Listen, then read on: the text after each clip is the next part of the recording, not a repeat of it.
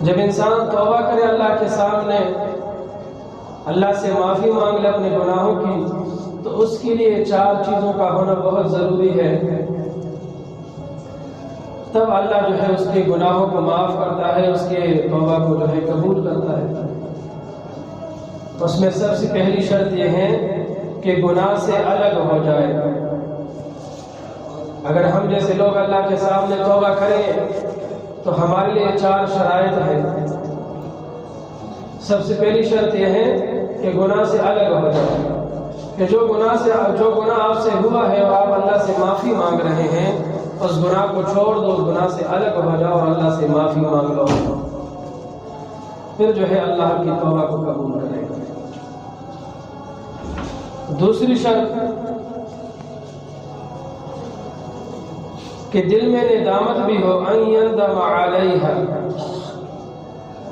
گناہ پر ندامت بھی ہو، کیونکہ ابلیس کو آج تک اپنے گناہ پر کوئی ندامت نہیں ہے۔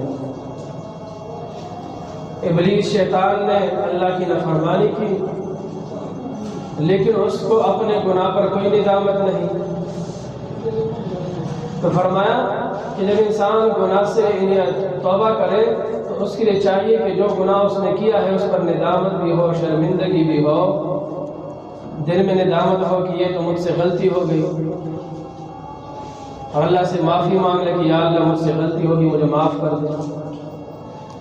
کل بنی آدم خطاء خیر الخطائین التوابون، سارا بنی آدم جو ہے، انسان جو ہے خطا کار ہے،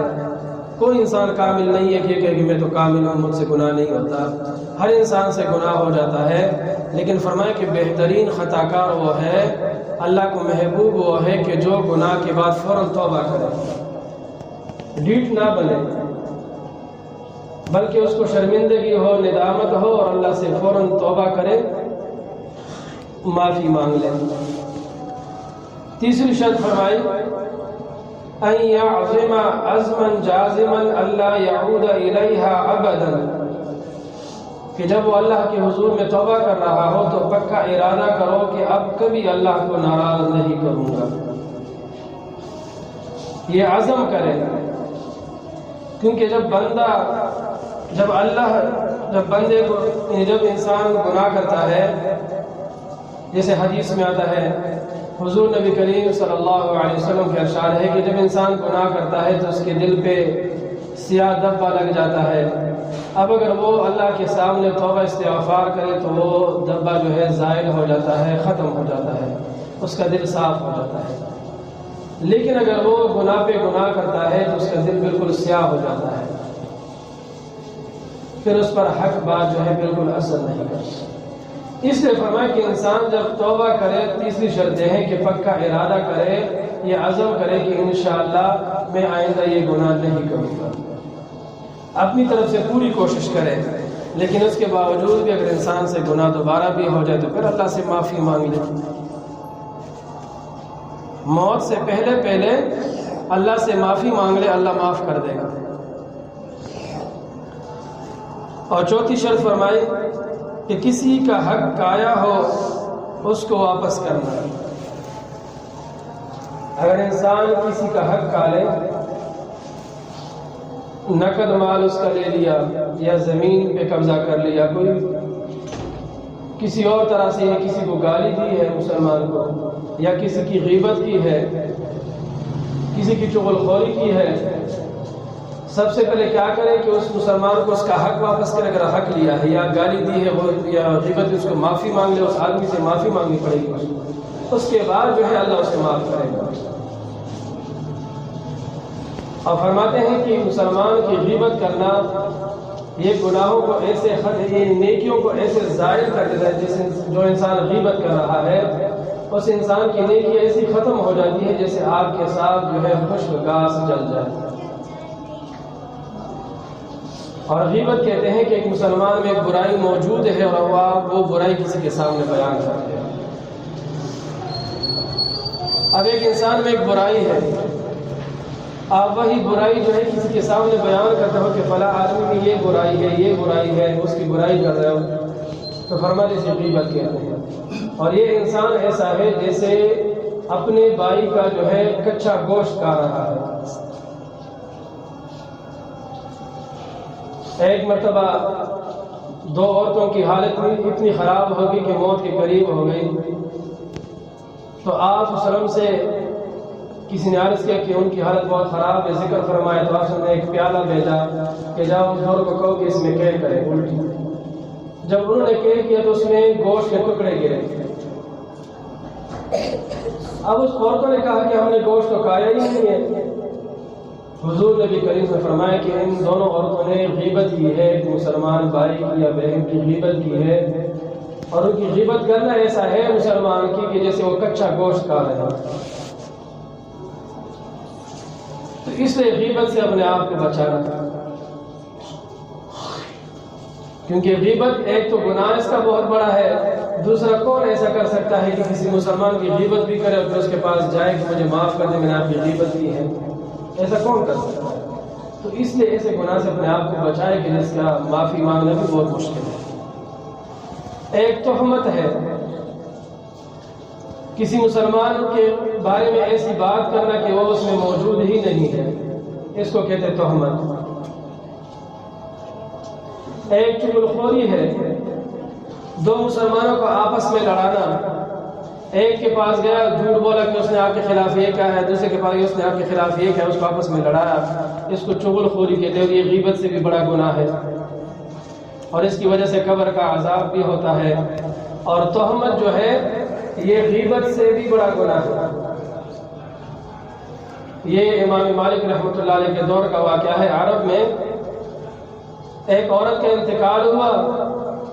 اب ایک دوسری عورت جو مردوں کو غسل دیا کرتی ہے وہ اس کے پاس آئی، جب اس کو غسل دے رہی تھی تو اس نے یہ کہا سب کے سامنے کہ اس عورت کے فلاں مرد کے ساتھ ناجائز تعلقات، یہ الفاظ کا حصہ۔ اب اس پر تہمت لگا، فرمایا جیسے اس نے یہ لفظ کہا کہ اس کی فلاں مرد کے ساتھ تعلقات ہے، اسی وقت اس عورت کا ہاتھ جو ہے اس مرد کے ساتھ چپک گیا۔ اب سارے زور لگا رہے ہیں لیکن اس کا ہاتھ نہیں اس سے کھل رہا، وہ ایسے اس کے ساتھ جسم کے ساتھ چپک گئے جیسے انسان کے جسم کا اپنا بازو ہے۔ اب جس گھر میں فوتگی ہوئی ہے اس کے گھر کے لوگ کہہ رہے کہ اس عورت کا ہاتھ کاٹ دو، ہم اپنے مردے کے جسم کے گوشت کو نہیں کاٹ سکتے، آپ اس عورت کا ہاتھ کاٹ دو